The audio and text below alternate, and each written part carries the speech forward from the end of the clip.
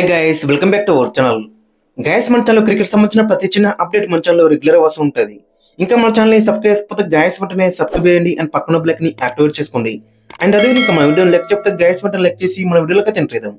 Guys తప్పకుండా like చేయండి. Like చేస్తే మన వీడియో మార్కెట్ కి ఫాస్ట్ రీచ్ అవుతుంది. గైస్ వీడియోలకు ముందు ఒక చిన్న రిక్వెస్ట్ అంటే ఎక్కువసారి ఈ చిన్న క్లిప్ అయితే చూడండి. దాదాపు 90% సబ్స్క్రైబ్ చేసుకోగానే చూస్తున్నారు. సో గైస్, మన ఛానల్లో క్రికెట్ సంబంధించిన ప్రతి చిన్న అప్డేట్ రెగ్యులర్ వస్తుంటుంది కాబట్టి ఖచ్చితంగా మన ఛానల్ అయితే సబ్స్క్రైబ్ అయితే చేసుకోండి. ఇక ఈ T20 వరల్డ్ కప్ 2026 లో ఇంకా ఏ టీమ్స్ కి ఎన్ని అవకాశాలు ఉన్నాయి సూపర్ 8 కి వెళ్ళడానికి, మరి టేబుల్స్ యొక్క అప్డేట్ ఏంటి అన్నది ఈ వీడియోలో చూద్దాం. ఇక గ్రూప్ ఏ విషయానికి వస్తే గిట్ట మన టీం ఇండియా ఆల్రెడీ క్వాలిఫై అయిందని చెప్పుకోవచ్చు. ఇక యుఎస్ఏ ఆర్ పాకిస్తాన్ మధ్య పోటీ అయితే ఉంటుంది. ఒకవేళ యుఎస్ఏ గిట్ట వెళ్ళాలంటే గిట్ట సూపర్ 8 కి నమీబియా పాకిస్తాన్ అయితే ఓడగొట్టాలి. అప్పుడైతే వాళ్ళకైతే ఛాన్స్ ఉంటుంది. ఆల్రెడీ మన టీం ఇండియా 3 మ్యాచ్లు గెలిచింది. అండ్ నెక్స్ట్ మ్యాచ్ వచ్చేసి నెదర్లాండ్స్ అయితే ఉందని చెప్పుకోవచ్చు. సో మన టీం ఇండియా చూసినాం కదా, ప్రతి డిపార్ట్మెంట్ లో చాలా బెటర్ రానిచ్చింది. ఫస్ట్ మ్యాచ్ లో కొంచెం డిసప్పాయింట్ చేసినప్పుడు కూడా తర్వాత మ్యాచ్ లో చాలా బెటర్ రానిచ్చింది. ఇంకా తర్వాత మ్యాచ్ లో చాలా డెడ్లీగా రానిచ్చిందని చెప్పుకోవచ్చు. దాంతో సూపర్ 8 కి ఇంకొక మ్యాచ్ మిగిలి ఉండగానే క్వాలిఫై అయిందని చెప్పుకోవచ్చు. ఇక ఆ తర్వాత చూసుకుంటే పాకిస్తాన్, మరి పాకిస్తాన్ థర్డ్ ప్లేస్ లో అయితే ఉందని చెప్పుకోవచ్చు. గ్రూప్ ఏలో 3 మ్యాచ్లు ఆడితే 2 గెలిచిళ్ళు, ఒకటే తోడిపిల్లు. వీళ్ళ నెట్ రన్ రేట్ కూడా చాలా మైనస్ ఉందని చెప్పుకోవచ్చు. అక్కడ యూఎస్ఏ కంటే వీళ్ళ నెట్ రన్ రేట్ చాలా తక్కువ ఉందని చెప్పుకోవచ్చు. వీళ్ళు గిట్ట లాస్ట్ మ్యాచ్ గెలిస్తే గిట్ట డైరెక్ట్ గా క్వాలిఫై అయితే అవుతారు. వీళ్ళకి లాస్ట్ మ్యాచ్ వచ్చేసి నమీబియాతో జరగబోతుంది. సో కాబట్టి ఆ మ్యాచ్ అనేది వీళ్ళకి చాలా క్రూషియల్ అని చెప్పుకోవచ్చు. మరి ఏ విధంగా రానుతున్నది ఇంట్రెస్టింగ్ గా కనబడుతుంది.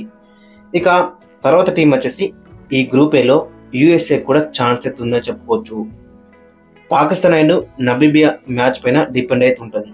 ఒకవేళ నమీబియా పాకిస్తాన్ గిట్ట ఓడగొడితే గిట్ట ఖచ్చితంగా యుఎస్ఏకి అడ్వాంటేజ్ అయితే ఉంటుంది మరి సూపర్ 8 కి వెళ్ళటానికి. సో పాకిస్తాన్ పైన నమీబియా గెలిస్తే USA and India group A వచ్చినైతే సూపర్ 8 కి క్వాలిఫై అవుతాయని చెప్పుకోవచ్చు. ఇక గ్రూప్ డి విషయానికి వస్తే గిట్ట శ్రీలంక, జింబాబ్వే ఆల్రెడీ క్వాలిఫై అయ్యాలని చెప్పుకోవచ్చు.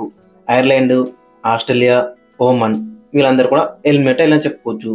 సర్ప్రైజింగ్లీ ఆస్ట్రేలియా ఈ గ్రూప్ స్టేజ్ నుంచిలే ఎలిమినేట్ అయిందని చెప్పుకోవచ్చు, ఇంటికి అయిందని చెప్పుకోవచ్చు. మరి వీళ్ళ దగ్గర చూసుకుంటే మంచి ప్లేయర్స్ ఉన్నారు. బట్ బౌలింగ్ వచ్చేసి చాలా వీక్ గా మనకైతే కనబడుతుంది. అండ్ బ్యాటింగ్ లో కూడా మెయిన్ గా చూసుకుంటే ఆ స్పిన్నర్లకి చాలా వీళ్ళైతే ఇబ్బంది అయితే పడుతున్నారు. దట్టు శ్రీలంక పిచ్చెస్ కూడా కొంచెం స్పిన్నర్లకు వెళ్ళుకున్నాయి కాబట్టి ఇక వీళ్ళ స్పిన్నర్లకు ఎగనెస్ట్ గా వీళ్ళైతే చాలా స్ట్రగుల్ అయితే అవుతున్నారు అని చెప్పుకోవచ్చు. ఇంకా వీళ్ళకి ఒక మ్యాచ్ మిగిలి ఉండగానే వీళ్ళైతే ఎలిమినేట్ అయ్యాలని చెప్పుకోవచ్చు. మెయిన్ గా చూసుకుంటే అక్కడ జింబాబ్వేకి అగైనెస్ట్ ఈ మ్యాచ్ గిట్ట గెలిస్తే గిట్ట వీళ్ళు ఆల్మోస్ట్ క్వాలిఫై అయ్యేవాళ్ళు. బట్ జింబాబ్వేతో మ్యాచ్ ఓడిపిల్లు, శ్రీలంకతో మ్యాచ్ ఓడిపిల్లు వీళ్ళ దగ్గర ఇప్పుడు చూసుకుంటే జస్ట్ 2 పాయింట్స్ మాత్రం ఉన్నాయి.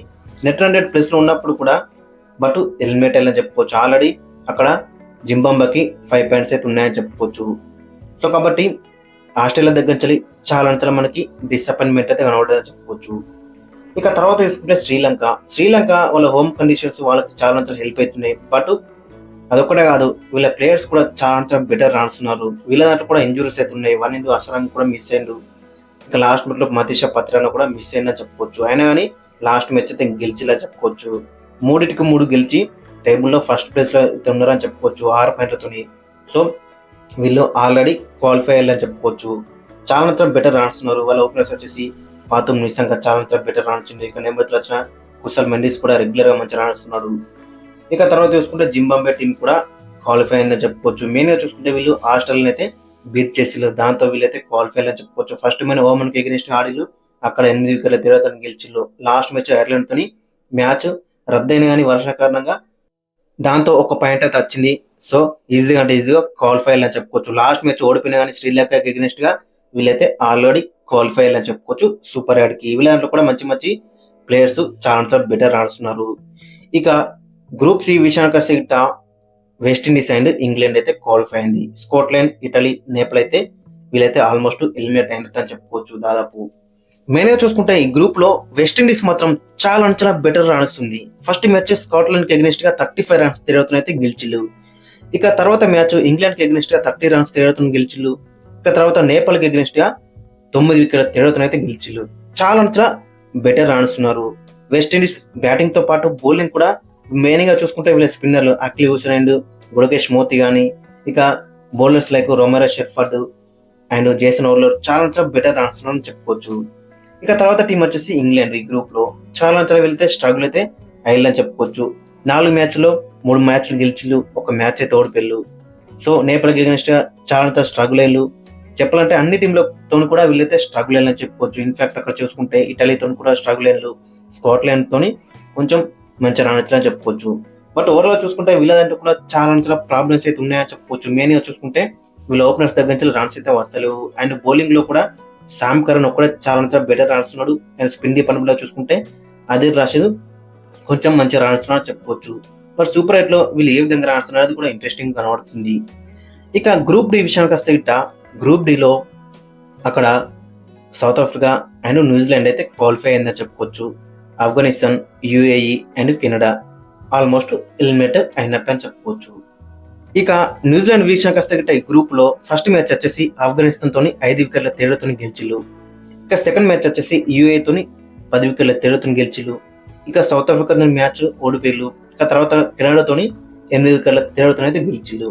ఓవరాల్ చూసుకుంటే వీళ్ళ దాంట్లో బ్యాటింగ్ లో మాత్రం చాలా బెటర్ ఆడుతున్నారు. వాళ్ళ openers Glenn Phillips, Rachin Ravindra కూడా ఫామ్ లోకి అయితే వచ్చిండు.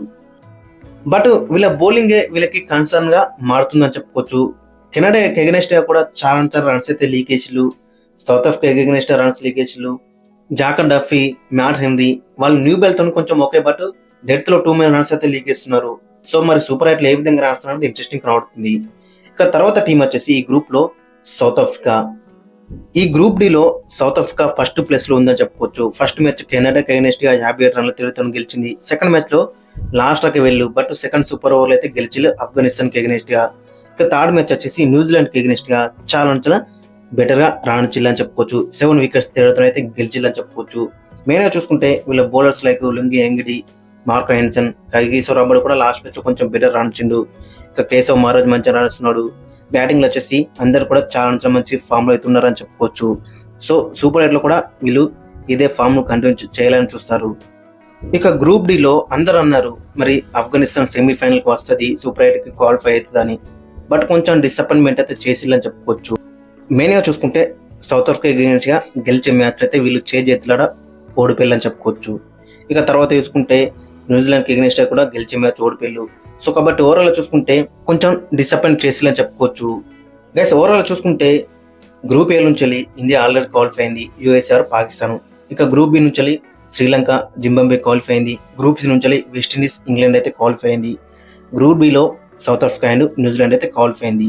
మరి ఫైనల్ కు ఏ టీమ్స్ వెళ్తాయో కింద కామెంట్స్ అయితే మెన్షన్ చేయండి.